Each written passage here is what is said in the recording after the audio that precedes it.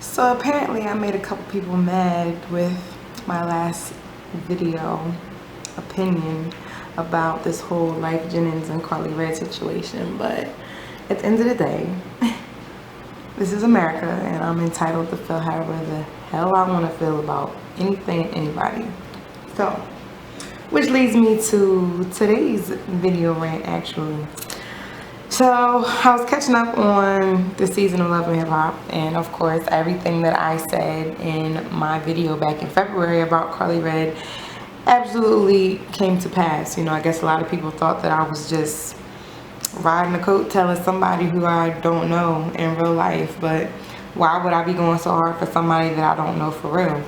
And also, why would I have an opinion about something that I don't have actual fact about?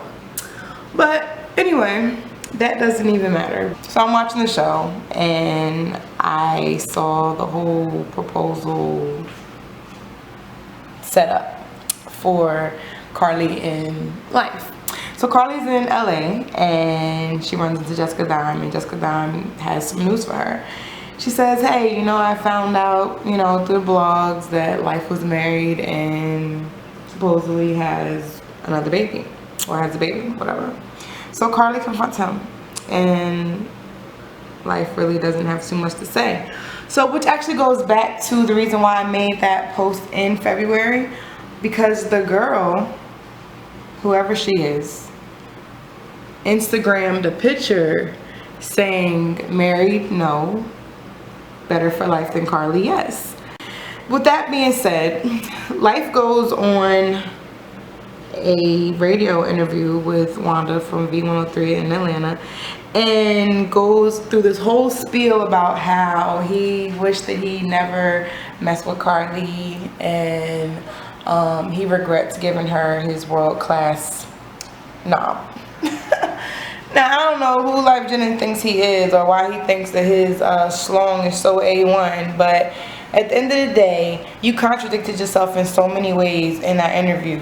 First of all, you go on the TV show claiming that you guys run an open relationship. Now, the last time I checked, the definition of an open relationship means that you're free to do what you want because there's no commitment between the two people. Now, I can imagine Karlie being upset because, you know, that's what females do. Females are emotional and we're entitled to be upset. But Lyfe, the way that you tried to play the situation like, what did you say? Oh, I had to find out from a homeboy in the club that she was messing around with the boy Scrap, some preschool love romance that she was having. Oh, are you in your feelings? Sounds like to me that somebody's in their feelings.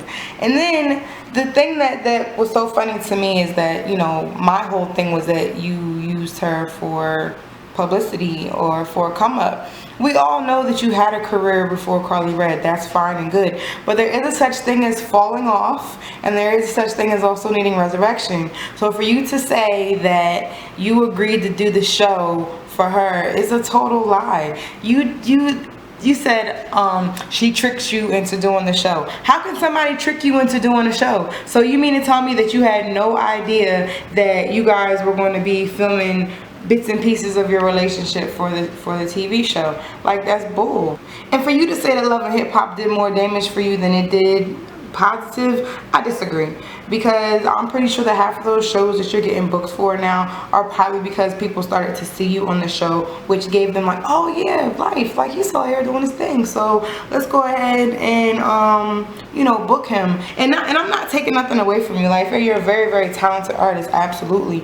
And for Wanda to say that you played yourself out by, you know, fooling with Karlie Redd, I think that was like kind of an insult, because at the end of the day, you're dealing with somebody who gave you some publicity.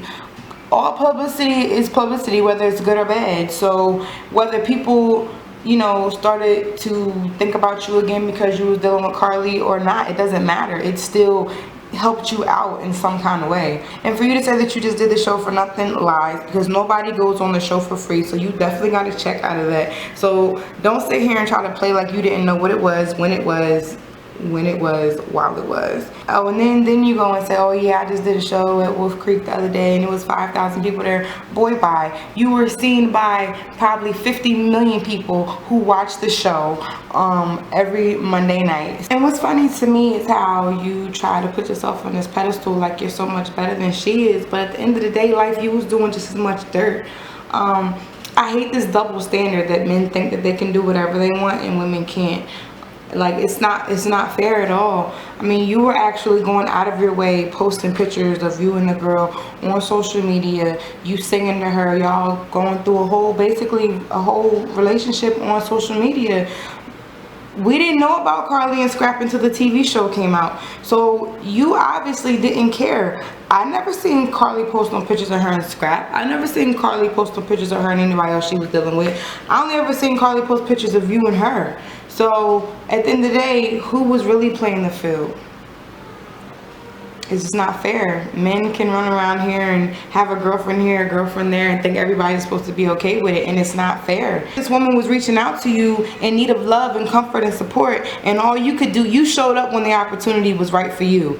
But when she needed you to be there for her through her time of need, or when she was alone at night, you weren't there. So always remember, what you won't do, somebody else will. So where you lacked, she found somebody who picked up the slack. And it's crazy that it ended up being a young boy at that. So you can talk about him or whatever, but I saw him give her more time. I saw Scrap give her more love and affection and compassion. And at the end of the day, all of y'all can say what y'all want in the bottom of these comments, but I'm pretty sure a lot of y'all have done the same thing. When your man ain't picking up the slack, when he puts you to the back burner, what you do, you go find somebody else to handle that for you. So all of y'all Felicias, have a seat, and I don't want to hear nothing else about it. Because the check is still rolling. It is.